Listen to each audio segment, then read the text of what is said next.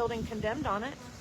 And then I know that this guy over here, Jomo, he's the one, he said, I spoke with him last night, and he said he's the one that initiated some of the stuff with the Indiana Attorney General. And his power is in his name. So even if anybody... Their utilities was in with their rent. Yeah. And they didn't change it over. But like I said... Yeah, they didn't change it over. But they should have been given still per the...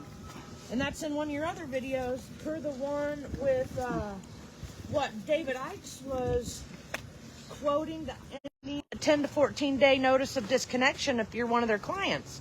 And I don't see if everybody that was in on they didn't. At the commissions or the commissioner's table, I don't know why they're not reading through some of this. Because like at least I know for sure that the two units up here, Mr. Harris and Kat Harris and Archer Nightmorn, which is pretty much the face of what's going on here. Theirs was in their lease. So I mean, I know at least a moral level.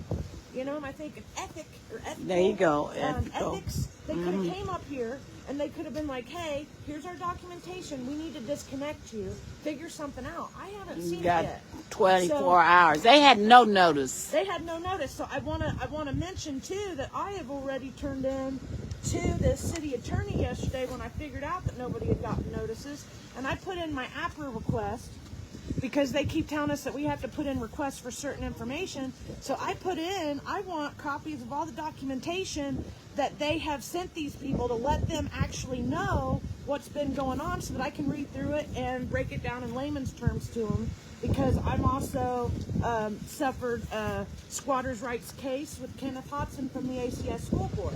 So Kenneth Hodson is still a liar. I won't go into details on that, but I became nobody came to help me.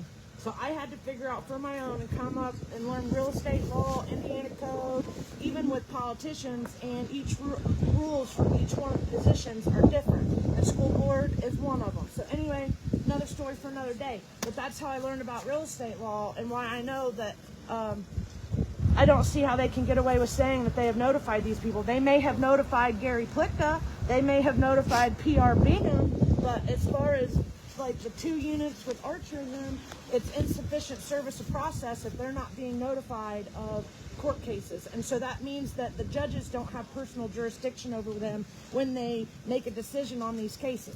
They trying to say that they had no legal status out here. They're calling them squatters. Right. Yeah, some of them may be squatters, but they have there's a handful of people that are not.